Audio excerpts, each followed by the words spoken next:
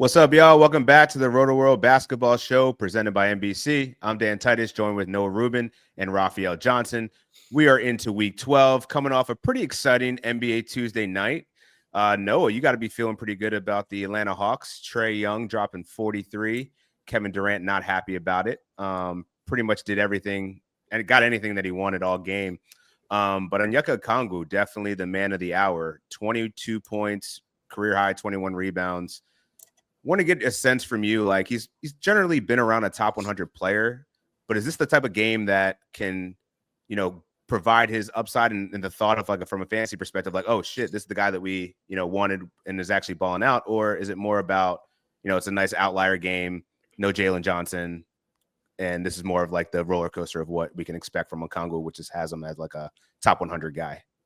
Yeah, I think first of all with Trae Young, it was obviously a lot of fun seeing him score a season high 43 points, and he still kept the 5 assist streak up, which I think he's shown this season that is very important to him. There's been a couple games where he's been forcing that when he's not about to get it late. But as far as Okongwu, I'm not ready to just say, okay, he's back. Like this is the high upside fantasy player that we've kind of been waiting for the last few years.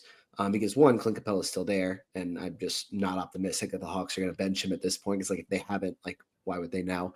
And two, it was against the Suns. Center isn't exactly their strongest position, respectfully. So I'd like to see him do it in a tougher matchup or do it a little bit longer or like a few games in a row as opposed to just one. Just awesome game for him. It was great to see. I mean, a career high in rebounds, second 20-point game of the season. Like it was great, but I need to see more before I'm feeling optimistic about him being more than like a borderline top 100 guy.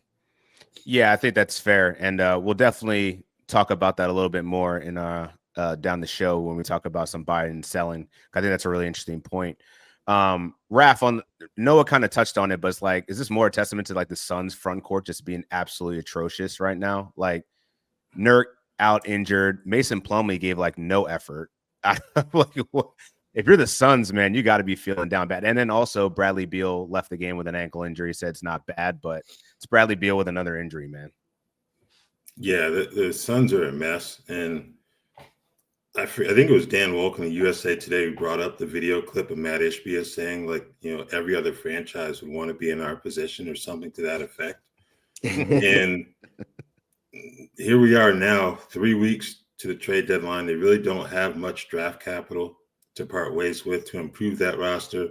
The one guy who you probably should move has a no trade clause, so that limits your options off jump. In the center position, as much as you'd like to say, just give Oso Ighodaro the keys and let him play and see what he has, I don't know if they can do that just because of the build, the win now build of this team, even though they're just mediocre, as the kids would say, mid, but I don't know, man. I think the Hawks are an improved team for sure, but a good part of last night was manufactured by the Phoenix Suns just not being very good right now. Yeah. I think that's well said. Also in the nightcap, though, Jamal Murray finally arrived, 45 points, 32 in the first half. I think he outscored the entire Mavs starters in the first quarter. Dude was just on a hot streak. It was crazy. But quietly, he's been a really good fantasy player over the last month. Dude's ranked second, providing second round value, shooting very efficiently, 3-to-1 assist turnover ratio.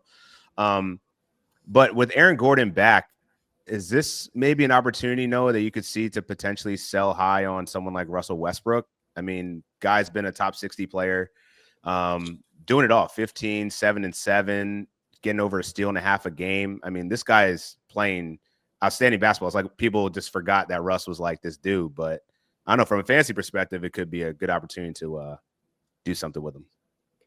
I think it's going to be interesting to kind of see what they do over the next few games. If we look back, the last time when Aaron Gordon had kind of an extended absence earlier this season, he came off the bench in his first game back and then was back in the starting lineup. This time it's been 2 games off the bench. I don't know if he'll make an immediate jump back to the starting lineup. They may give him a couple more games to ease him back in. We'll see. But do you bench Russ at this point? I think that the fit in the starting lineup would be really awkward with Aaron Gordon and Russ in there, but like Russ has been playing his best basketball since before he was in LA for either team. So I don't know if they make that move on, like, I'm not confident that they do. Could it be that Christian Brown moves to the bench? Could it be that Michael Porter Jr. even, which I think that Brown is a lot more likely, but I do think it's a good time to sell high on Russ because he has been really well, like playing really well, and Gordon's return does impact things. He could move back to the bench, but I don't think that that's a guarantee. I don't think Russ is like the value's definitely going out the window within a few games. I don't think that's necessarily the case. Yeah, I think you think back to that first extended absence for Gordon. They had him playing starters minutes the second game back, and then about 9 games later, he suffered another calf strain. So I think they may take a little bit more of a cautious approach this time around with him. So maybe you can add that to your pitch for selling high on Westbrook, because I think if they do that, Russ should probably remain a starter for the next few games, and then maybe towards the end of week 13 or somewhere around there, you may see a switch back to Gordon in the starting lineup. So I think now would be a perfect time to sell high on Westbrook for that reason, in addition to what Noah mentioned.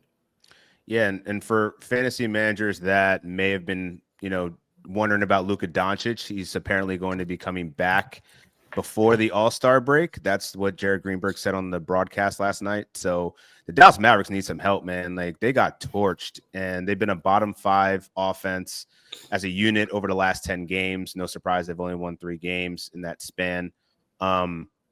And then they lose Derek Lively. So, Raph, from a fantasy perspective, I mean, what from a Dallas side should be? Is this PJ Washington getting a little boost here? Maybe, Najee Marshall, where you kind of see things landing? Yeah, I think Daniel Gafford, someone else. The minutes really didn't reflect it last night, but I would chalk that up to it being a blowout more than anything. So I think he's someone to certainly be mindful of if Lively misses extended time. PJ Washington already rostered in a lot of leagues as well. Najee Marshall, starter.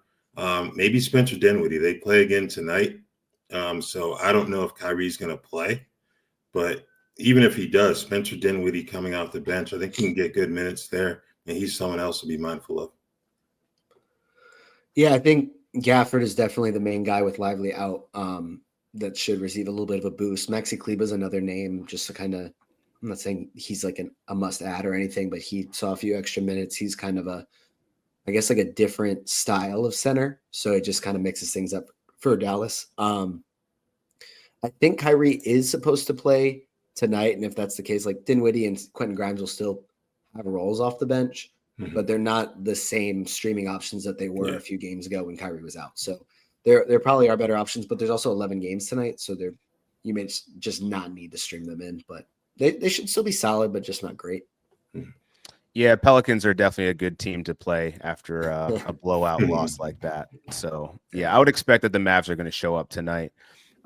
Speaking of showing up, Jimmy Butler, ongoing suspension, but now apparently just got an alert before we came on that Miami wants to be a little petty. They're going to trying to change the designation of what they suspended Jimmy Butler for, and apparently he can be charged 2 times the amount of money. So I don't know, man. I don't think this saga is going to end anytime soon. He says that he's going to play until he gets traded, but I mean, we talked about last week with that one-legged 3-pointer in the middle of the game. Like, I don't know how this locker room just kind of rallies behind a guy that doesn't want to be there. So, where do you stand on this? Is like, Jaime Jaquez Jr., just keep him rostered? What are you doing from a fantasy perspective? I think he and Nikola Jovic are the 2 guys to kind of go after right now at this point, because it would be foolish for them to put Jimmy Butler back on the court between now and the trade deadline. Like, he can say he wants to play all he wants, but it would just be a really bad look for that franchise to have someone who's made it clear.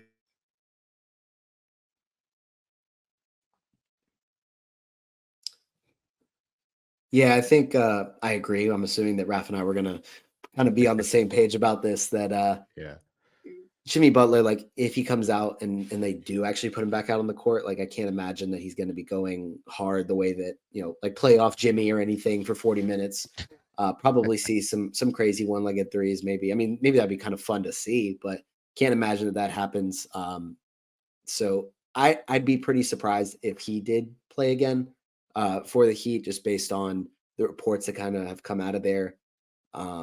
if they're talking about trying to charge him double, I guess kind of the working theory is that he's more focused on the money more so than the fit. And that's kind of why he wants to get traded, to kind of end up with a new team that can give him a big extension. So messing with his money, I'm sure that this saga is only going to get more and more dramatic as we approach the trade deadline, which, the NBA is the best reality TV show there is. So it'll be kind of exciting to see how it unfolds. Bro, I mean, honestly, at this point, this is the only drama we really have brewing right now. So like the NBA has to have its slow. Yeah, you know what I'm saying? We got to have our soap opera. So Raph, wanted to get your thoughts on just where you kind of see this unfolding, and assuming now you said that Jimmy's probably not going to be playing much. Is it Jovic? Is it Jaquez? Is it Haywood, Highsmith? I think you can go with any of those guys, to be honest with you. If you try to nail down one as like a concrete streaming option, they tend to disappoint. So I think, let's be honest, so I think all three are certainly in play here. But I think when you mentioned that point about them looking to get even more money out of Jimmy in terms of fines, I don't know, man. It just reminds me of Big Worm and Friday. Playing with my money is like playing with my emotions. And it's like he's already disgruntled. You can't do that and then put him back on the court and let him play. No. This is gonna get ugly. I'm sorry. Where is Jimmy gonna go at this point? So I don't know. This is definitely a tough situation to manage. And if you're a fantasy manager with Jimmy Butler, that just kind of sucks for you. But we did get some good news last week. Paolo Banchero returned to the lineup, dropped 34 points on the Bucks in 27 minutes. Definitely on a minutes restriction right now. He's played 27 minutes in each of the last two games. Noah, do you think that this is trending up for the Orlando Magic now? Finally getting one star back. Obviously, Jalen Suggs is still working his way back, and I don't think we're going to see Franz Wagner until at least like a month. But getting Paolo back certainly helps. And what does that do for Wendell Carter Jr.? Jonathan Isaac had a big game recently. How are you kind of managing any player you want to pick up for the Orlando Magic? I think some of the reports that I've seen is that Franz is actually progressing fairly well. I think they changed his injury designation to return to competition reconditioning as opposed to the 2 weeks. So it could be a little bit sooner, which would be great for Orlando. They've really been able to, I guess, play much better than we'd expect without their 2 6'10" all-star talents. And they've kind of hung in there at the top of the East. So be good to see both of them on the court together. When Franz is back, it'll be the first time that they're both on the court at the same time since October. And this team is still at the top, like kind of towards the top of the East. So they're going to be a lot of fun when those guys are back, and they're going to be very dangerous in the playoffs. But we've seen Cole Anthony step up because they just literally, like as we've talked about on this show before, they needed someone that could create a shot. And Cole Anthony, man, if he can do something, he can do that. And when he gets hot, it's a lot of fun to watch. The other thing in Orlando is that Goga Bitadze is going to be out on Wednesday. He left early from their last game. We could see Wendell Carter Jr. slide into the starting lineup for at least a game. Jonathan Isaac did play well off the bench in their last one, saw more minutes than he usually does. So I'd expect Wendell to start just so they could have a true center, but both of those guys are worth at least taking a look at. But I mean, we mentioned it earlier, 11 games tonight, so there may not be as many, I guess, as much of a reason to stream in some guys, but if you need it, they're both worth at least a look. Yeah, I think those are the two guys that kind of stand out to me if you were to stream. But as you said, like even the Orlando Magic, they have 3 games, including Wednesday for the rest of the week. It's on Friday, and they play again on Sunday. Yep. You could probably start Cole Anthony on Sunday or Friday because those are the lighter slates. But yeah, we'll see how long Bitadze is out, because I think that could be actually a really impactful injury for them. So Wendell Carter, if he's out there on your waivers, definitely pick him up because he's going to have a nice opportunity as a starting center there potentially. Want to go back to Onyeka Okongwu for a second, because Raph, pretty much, like I think you outlined it pretty well as Noah. It was like Clint Capella's still there, Jalen Johnson's out. Is this, I mean, like ideally you'd want to sell high here on Okongwu, but like what's a realistic return for someone that like goes off like a monster game like that? Like I'm trying to I have shares, so like I'm trying to think through this, like how I'm going to package a deal with this, but I think it has to be like a 2-for-1 or something like that. I don't think you're going to be able to get too much for him, to be honest with you. because of the inconsistency in terms of the production. As Noah mentioned earlier in the show, like Clint Capella's still there. And I'd assume even if they wanted to trade him at the deadline, you're going to want to have him out there to show that, one, he's healthy, and two, he's productive. So, yeah, there's certainly a sell high opportunity, but I don't know how high you can reach in terms of your asking price, because you're not going to get like a top 100 player, like even on the back end, like top 125 to 150. Is that what we're looking at here? Because his production hasn't been even that high. And at that point, you have to ask, is it even worth the effort, to try to trade him, for that type of value in return? Yeah, I mean, it's hard to just make a trade based off one big game, even if it was a really, really good game, unless you have someone in your league that's just trying to really get out ahead of things. But I mean, the same selling points that have been the selling points for Okongwu for years are the same ones that you would use at the trade deadline. So do those work? Oh, what if Capella gets traded? Okongwu's the starting center for Trae Young, throwing him lobs, playing 32 minutes per game. I think I've said that exact sentence for like 3 years straight. Because that's all it takes. Like, if that happens, I genuinely think like Okongwu is a top 50 fantasy player, but it hasn't happened, and he hasn't had the minutes for that to happen. So I don't know. I think he is a tough player to sell, just based off this game. If he starts doing, like, if he has a few in a row, then we're more in business than we are just off of this game. And again, it was against the Suns with Oso Gadaro and Mason Plumlee, which isn't exactly a deep center rotation in Phoenix. Yeah, it's hard, man. I think the only trade I see right now that I would actually do in fantasy is like what Raph described, Onyeka Okongwu for PJ Washington. Like that could help you in the short term, maybe, but like it's not an earth-shattering trade. It's going to change your outlook for the season. But yeah, after the break, we're going to come back, talk about a couple of rookies that have been playing inconsistent, but some also playing better. Watch the biggest names in sports talk, including Mike Florio, Dan Patrick, Dan Le Batard, and Matthew Berry, as they cover the biggest moments on and off the field each weekday on the NBC Sports Now channel. It is now available on Peacock and free on most streaming platforms. Learn more at NBC.com/now. It's pretty fun to have a little on-demand little section there.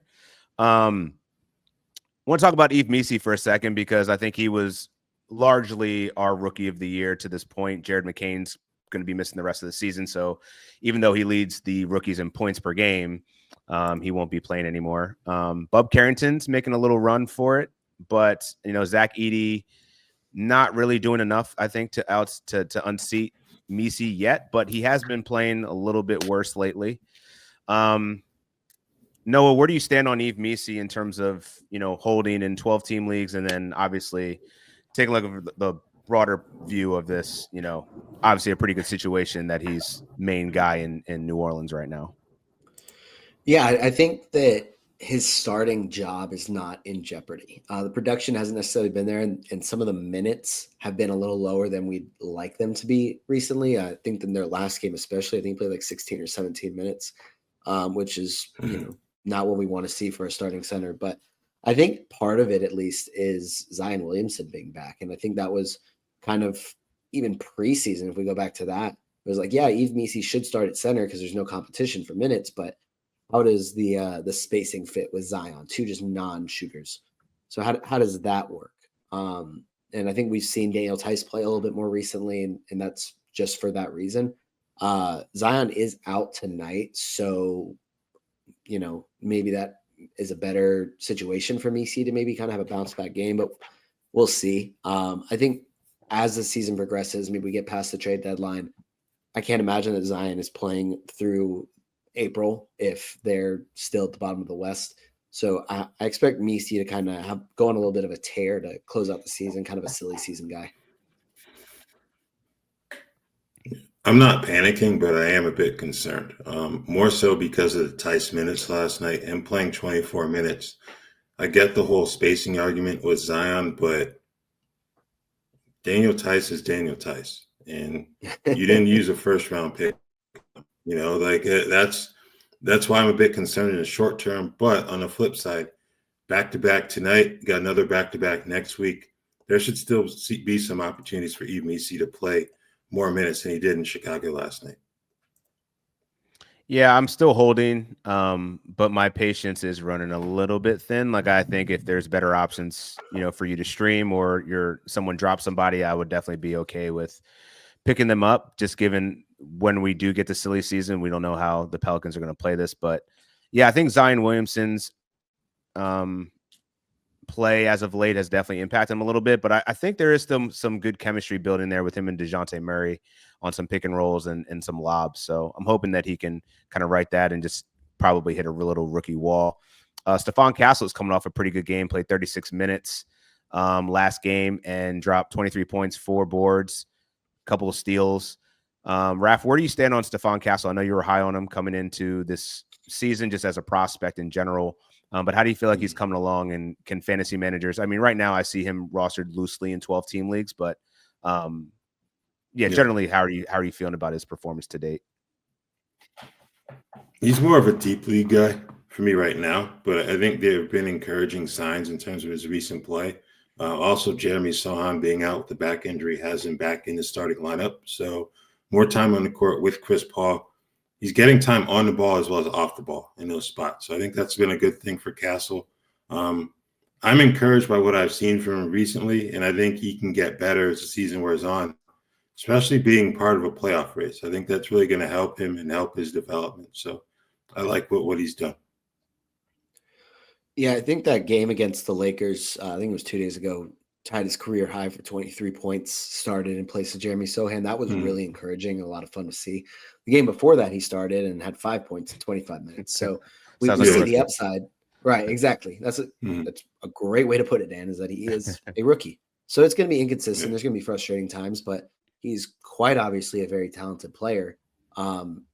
Is he a must-roster player in 12-team leagues? Not necessarily. I think he's worth taking a look at least, especially with Sohan out of the lineup. Because if he's starting, he has that upside. When Sohan's playing, the minutes haven't always been there, and then it's kind of like, is he really worth rostering? So I think we just kind of have to keep our eyes on the injury report, which is the case for almost every team at this point. It's a good segue into things. Going into week 12 here, or going into the rest of week 12. Chicago's got a really nice schedule. Plays 3 games, got Atlanta, Charlotte, and Portland. Very fantasy friendly. Lonzo Ball's been playing really well, but Ayo Dosunmu has been out. He's probably going to be returning to the lineup pretty soon. Where are you guys feeling about the Bulls here and the play we're getting from Zach LaVine? I don't think many people have been talking about it, but this dude in January is averaging 30-plus points, 70% true shooting percentage. Like, dude's definitely trying to get traded. Like, doing everything in his power to will himself, like, yo, come get me, y'all. I think, and I don't know, Jalen Smith has been playing more than Pat Williams, which I think is interesting. I have Jalen Smith in a couple of spots. So I don't know, if you're looking to stream, I think the Bulls actually have a pretty good schedule there, or at least, opportunity with fantasy friendly teams. But Noah, what other teams are you kind of eyeing for the rest of the week here? Yeah, I think we'll get into our surprises and disappointments a little bit later, but Zach LaVine was one of the guys that I was definitely gonna mention, want to talk about, especially his recent run. But some of the other teams that we can take a look at, obviously Philadelphia, Joel Embiid and Andre Drummond are actually out again tonight against the Knicks, which they didn't play the first night of the back-to-back, so kind of expecting that maybe they would be back for the second one, but I'd hope you wouldn't bring that up today. We don't need to talk about the load management game, the official load management game for the Sixers. Just absolutely, just terrible, man. Terrible. Well, now I feel bad for the fans. They're gonna have another one tonight. Maybe Paul George and Tyrese Maxey will play. I would say at least one of them is gonna play today. That's what I thought last night, but we don't know. It might just be Gershon Yabusele. The fans booed the injury report. They actually booed the injury report. They showed it on the Jumbotron. Yeah, like, they've had it, and I don't blame them. But I think Philly, in terms of 3 games left the rest of this week, is one. I think Portland's another one. They've got 3 games the final 4 days, including Thursday, which is the light game day of the week, with only 5 games. Donovan Clingan went down last night with an ankle injury. Originally thought it was his knee, but it was his ankle. So you may be looking at Robert Williams being back in the lineup if he's healthy for at least, I'd say, maybe 2 of those games. You're not going to get all 3 just because they have another back-to-back. But him, Toumani Camara, someone we've discussed on this show before, I think he's someone else who's going to have some value, especially with the Jeremy Grant and Denny Avdia injuries. And Scoot, too.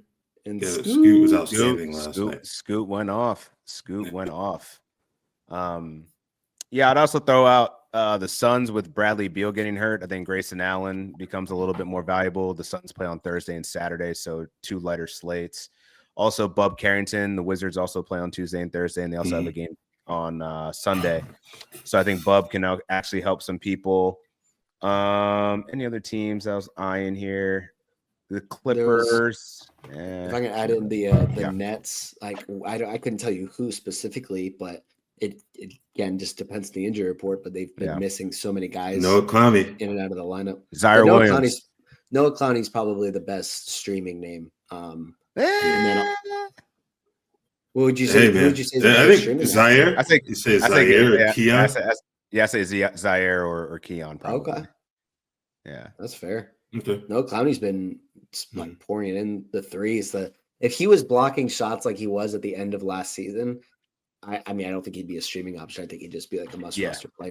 Right. He just doesn't block shots anymore. I think I will say what helped him is starting at center last night because Claxton was out. So you may not be able to count on that for the final games of the week, but what more do you have to lose with that team at this point?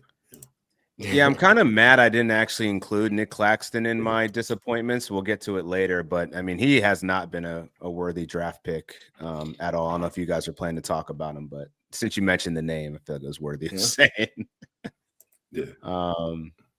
Any other guys that kind of pique y'all's interest? I know the Pacers, obviously, if TJ McConnell or Andrew Nembhard are out there, pick them up because we don't know how long Tyrese Halliburton may be out for. So definitely always a good thing to add those guys who, by the Pacers, playing extremely well since January. It's like the Pacers, the Pistons, and the Rockets have just been cooking the league, man. It's really been fun to see. What do you get your take? Actually, like, what are you guys' thoughts on Amen Thompson's run here as a starter? It's nice to see from a fantasy perspective, huh? Oh yeah, I think my concern coming into the season was how much is he going to play? Is Ime Udoka going to kind of be stubborn and just say, no, Dylan Brooks is our starter, like he's going to be here? And that was kind of the case early on. Amen got more minutes, but then the Jabari Smith injuries just opened up so much for him. So it'll be interesting to see what decision Udoka makes when Jabari Smith is back. Like, does Amen Thompson just stay starting over him? I think a lot of the conversation earlier in the year was, should he start over Jalen Green? But Jalen Green's been playing so well recently. So I don't know, man. It's been fun to see for sure. Yeah, he's been outstanding. I think the questions with Jabari's fit offensively with this team were something that was like one of the talking points for the Rockets early in the season. And now we see Amen with his ability to serve as a playmaker for that group. I think it's helped the efficiency of Jalen Green and Fred VanVleet, in terms of the quality of his shots that they're going to get, because neither one's a great shooter in terms of the percentages, but they can certainly make shots given good opportunities. And having a guy on the wing who can make plays certainly helps with that. Yeah, I think that's a really good point, because I think that for fantasy, there's sometimes this real life infusion that kind of gives you some signals of like good things are coming.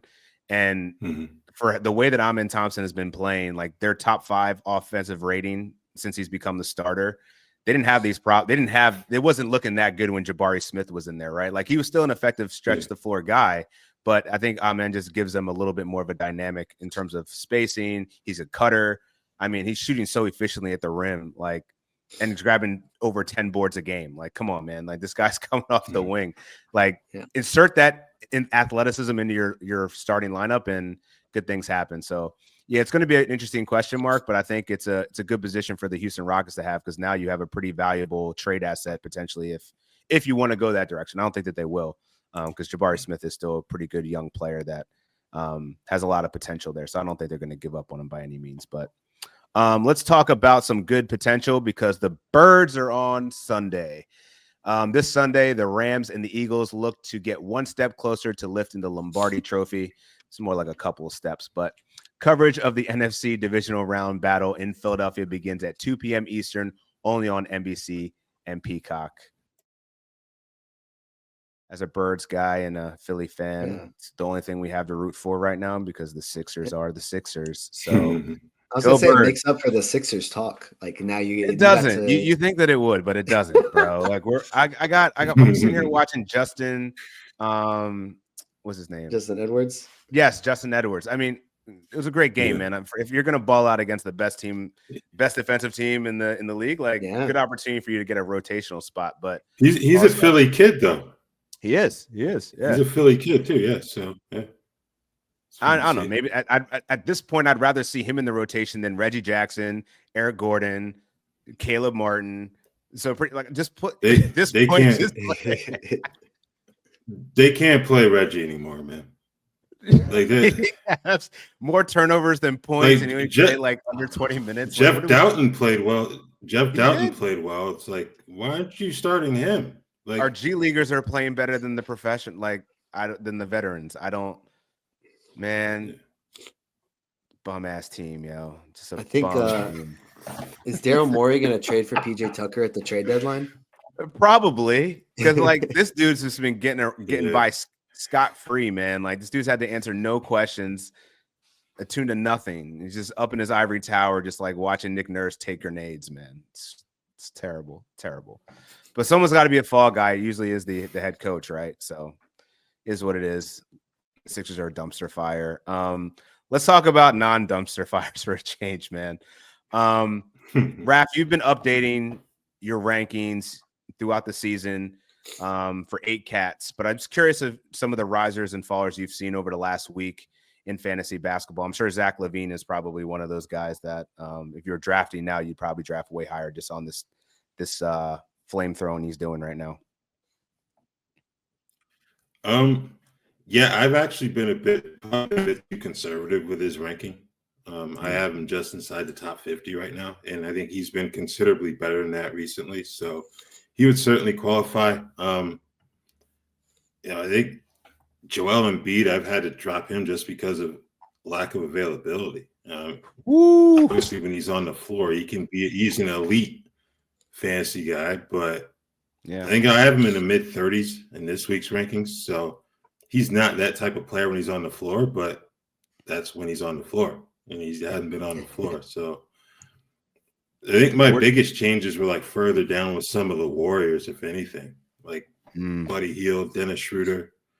Like I don't think either of those guys can be rostered in 12-team leagues at this point.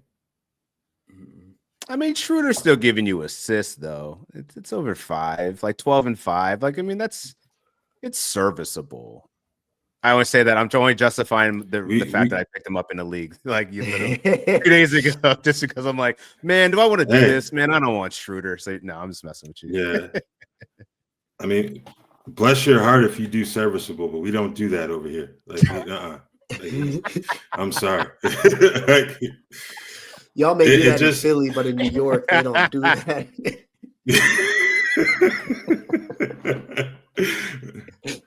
I wouldn't go that far, but it's like I can't. Obviously, when they brought him in as like a changeup, a different style of play to what they have for most of their roster. It just hasn't worked, and it's negatively impacted his fantasy value. And the unfortunate thing is that you don't really see any alternatives on that roster either. So, yeah, that's interesting. You drop like pretty much the whole team because I'm like outside of Steph. No one's been consistent for the Warriors. No. Pretty much, yeah. Like even Trace Jackson Davis, I like his upside, but the minutes, Man, yeah, I'm sure there's other ones. We can come back to that. I think that's a good exercise each week because, especially as we're getting closer to the trade deadline, players are going to be moving.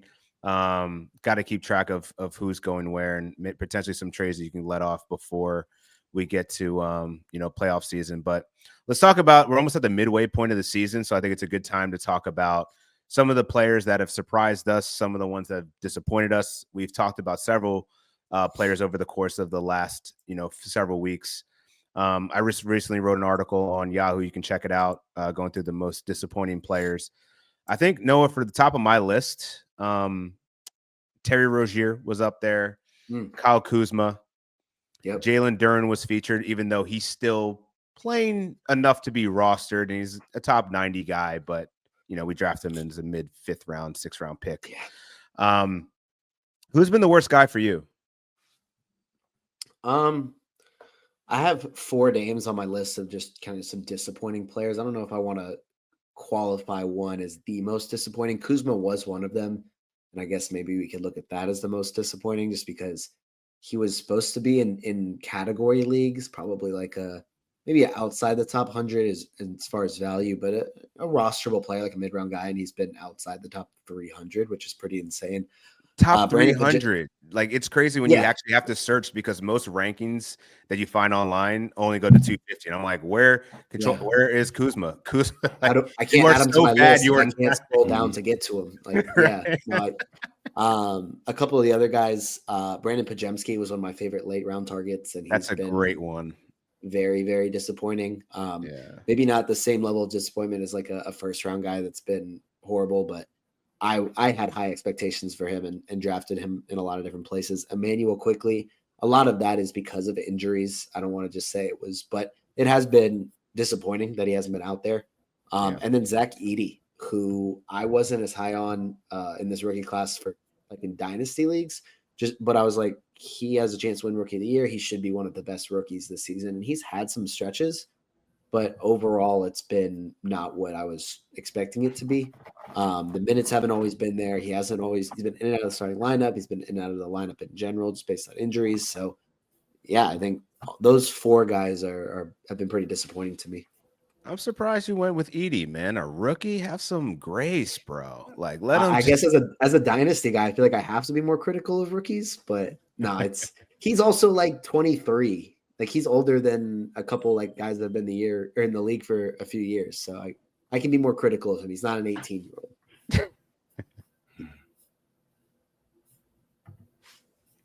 All right, yeah.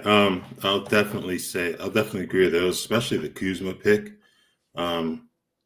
Because it kind of felt like a lot of us had the idea that maybe he'll come out firing, play well up to the trade deadline, and get shipped out of Washington.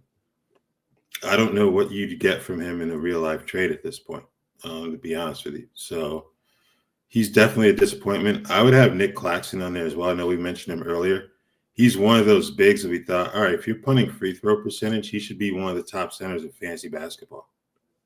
No, he's been really bad. The finishing hasn't been up to par either. I think that's been the most surprising thing about his downfall right now. And I think another one, it's kind of where like the real basketball versus fantasy basketball conversation kind of splits up. Might be Jonathan Kuminga.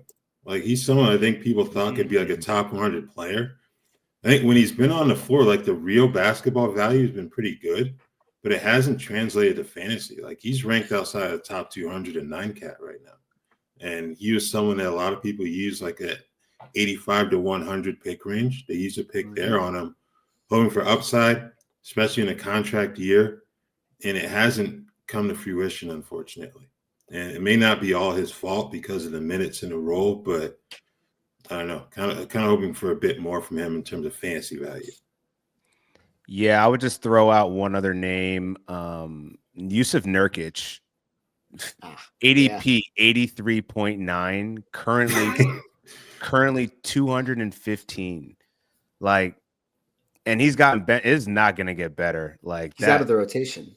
Like, that's a wasted pick in the 8th round. Like, man, like those are the types of moves that just like kill you, man, sometimes in fantasy. But like, at least, I don't know, there hasn't been, outside of injuries, there hasn't been that many disappointing players within the top 3 rounds, which I think is good for fantasy basketball, right? Like, you don't want your best guys hurt or playing terribly.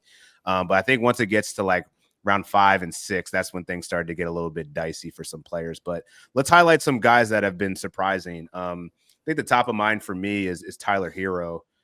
This guy just going, I don't know, his best version. He said he's trying to be Steph Curry, and I mean, he looks like it. Taking less mid-range, taking more threes, more efficient. Now that no Jimmy Butler, I mean, this guy's going to be putting up crazy stats, providing third round value over the last month. Yeah, it's been outstanding. But Raph, who was a guy that kind of stood out to you this year that you've been surprised about? Vooch. Everybody wants the man to go away, but he's not, man. He's going away now. He's going back to the real Vooch. Yeah, we'll see. He's for the season. He's still a top 10 player. Yeah. I think was he just outside of top 50 over the last couple of weeks, if I'm not mistaken. But yeah, I think he'd be my biggest surprise because he's someone's trade rumors.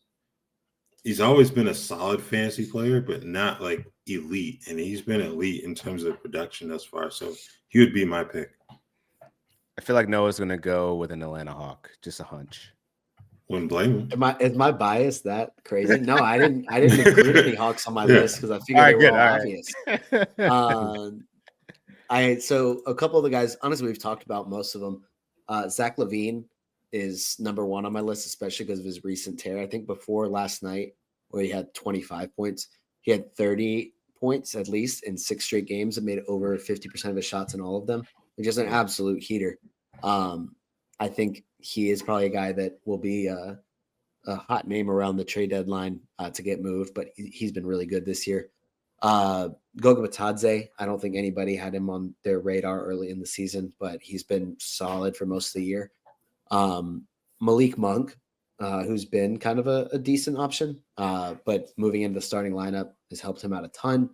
And then the last guy is Russell Westbrook, who we talked about earlier. Just especially recently, just seeing him kind of, I don't even want to say return to form, but just play so much better than he has over the past couple of years. The way his name was tarnished due to some poor play and just the poor publicity around him as well. It's refreshing and fun to see him playing really well with this Denver team. All right. Since he didn't want to name an Atlanta Hawk, I'll go ahead and do it for him. Dyson Daniels. He's been outstanding. And another pick, my homer pick, would be Josh Hart. Both guys are picked well inside the top 100. Yeah. And they've been outstanding fantasy options thus far. Yeah. It's fun doing this when we don't talk about it in advance because I had Josh Hart on my list, Malik Monk, Dyson Daniels, Norman Powell, I think was a person that, and I think Fantasy Man's expected to be good, but to be a top 50 player, I don't know how many people had him that good. And then lastly, I had Peyton Pritchard. I think he's been, 6th man of the year type dude, been rosterable all year long, despite only being drafted in, I think 12% of Yahoo leagues. So definitely getting great value on that return. I think that'll do it for the Rotoworld Basketball Show. Got out of here a little early today. Yeah. Raph, you can go get some lunch. My apologies for the connection issues earlier in the show, but finishing on a high note. It was a high note. It was going so well, and then I just got some injury news. Trae Young is going to be out tonight, and Kyrie is looking doubtful. So much of what we anticipated, right? Not on the trade front, but definitely for Dallas. Quentin Grimes, Spencer Dinwiddie all should see some bumps tonight. But for Raphielle Johnson, Noah Rubin, Dan Titus, this is the Rotoworld Basketball Show. See you next week.